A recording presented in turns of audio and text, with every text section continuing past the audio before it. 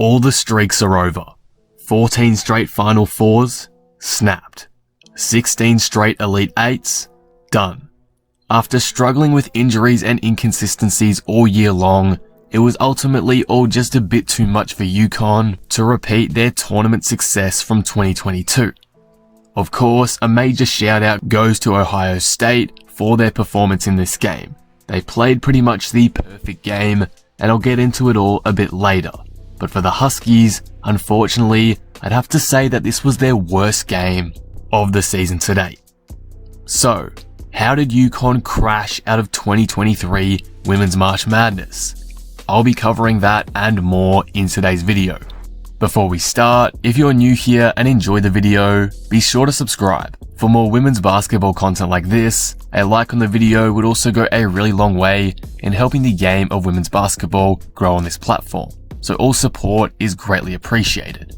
Anyway, with that being said, let's talk about this Sweet 16 game between UConn and Ohio State. Firstly, I do want to start talking about some of the problems with UConn in this game that ultimately lost them it, because as great as Ohio State were, this game was lost by UConn as much as it was won by the Buckeyes. The thing that was most frustrating from UConn was the turnovers. It's been a bit of a problem during the season, but at least whenever Azzi Fudd had played, the composure offensively had always appeared to improve. There were less bad passes and silly mistakes, stuff like that. However, that just wasn't the case today, as UConn finished tonight with a horrific 25 turnovers. That is just completely unacceptable, and it was a major reason why the Huskies lost this match, no doubt about it. In fact, the Huskies had 18 turnovers in the first half alone, of which Ohio State managed to score 19 points from. It's no wonder they were able to build such a nice lead going into halftime. UConn had a great first quarter shooting the ball, especially out the gate those first 5 or so minutes, as girls like Azzi and Lou Lopez-Sénéchal got into a rhythm early. However, UConn definitely could have led by more than 2 points at the end of the first quarter, but they just shot themselves in the foot with 8 first quarter turnovers. As I mentioned, these turnovers allowed Ohio State to get back into the game and eventually overrun them. It was a bit of a shame to see from a UConn perspective. Come the second quarter, UConn's defense just got killed in the paint. They gave up quite a few offensive rebounds and the interior defense just collapsed on drives, as Ohio State were able to drag Dorka Juhas and Aaliyah Edwards out of the paint with their perimeter-oriented forwards. On most of these drives, Ohio State was scoring or getting to the foul line. UConn just couldn't figure out a way to stick with them. Like, take a look at these plays here. Both Dorka and Edwards are out of the paint, so when the rebound falls to Ohio, Edwards loses her player and it's an easy layup.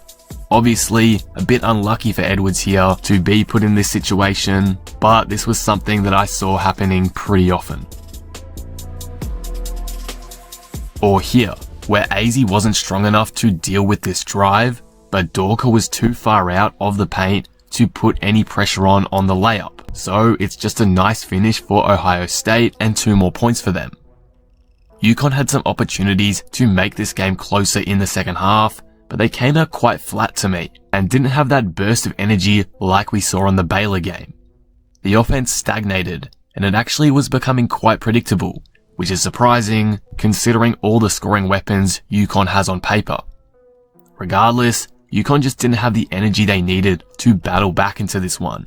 They seemed pretty defeated in that fourth quarter. Also, UConn's free throw shooting hurt them significantly tonight. They shot 7 for 15 from the free throw line, so below 50%. That kind of shooting from the stripe just encapsulates how much of a struggle it was to find consistent offense in this game. It was really a nightmare for the Huskies, and honestly, it felt like that maybe they were a bit underprepared for this game. However, one player I do want to shout out and give a lot of praise to is Lou Lopez-Sénéchal, because she was really the only Husky to show up tonight and give it their all for a full 40 minutes. This game doesn't stay around the 10-point mark without Lou constantly breaking down the Ohio State defense and scoring at such a high clip. Her 25 points were sensational and kept UConn in the fight for longer than they should have been. She made some really smart backdoor cuts, finding cracks in the Buckeyes defense and also kept the pressure up from the perimeter, knocking down several threes. It was overall one of her best performances this season, and I think Lou is someone the Huskies are going to miss a lot next season. Her 1 year in Connecticut was fantastic, and honestly, a lot better than anyone could have ever imagined. That's enough about UConn though, because in the end, this game was all about the incredible play of Ohio State. They took advantage of UConn's sloppy offensive play and ran the floor really well in transition. The Buckeyes had a pretty poor shooting game as well, below 40% from the field and just 26% shooting from three. But with their stellar defensive game plan, they were able to force turnovers and with an aggressive physical approach offensively, got UConn's bigs into foul trouble, and that got them over the line in the end. I mean, Ohio State shot 30 free throws in this game.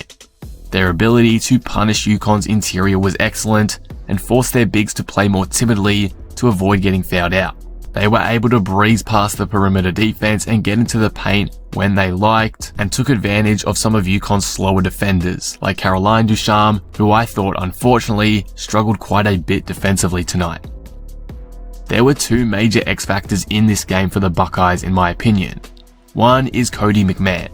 She took over this game with her aggressive approach, getting to where she wanted freely and forcing UConn into foul trouble. Her drive to the rack here in transition was awesome. She saw the open lane and brutally went at it.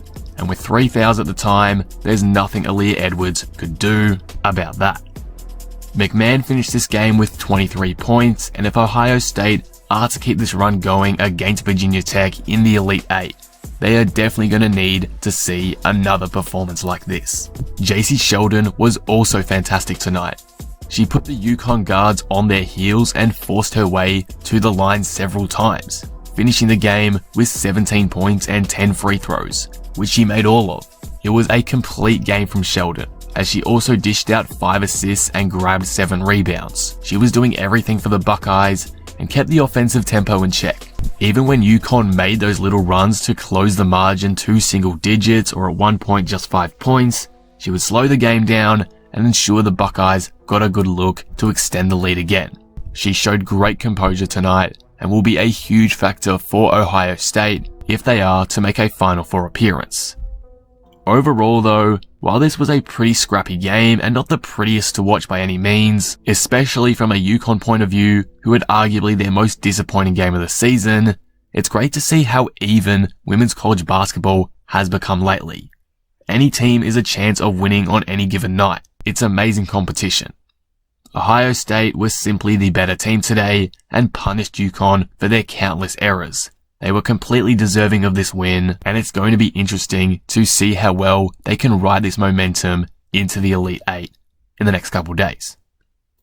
But those are all my thoughts on this game. What did you guys think of it? Where do UConn go from here after this shock early exit, and how far can Ohio State go in this tournament to you? Let me know all your thoughts down in the comments below. If you enjoyed this video, be sure to leave it a like and subscribe. But with that being said, I will see you in the next one. Thanks for watching.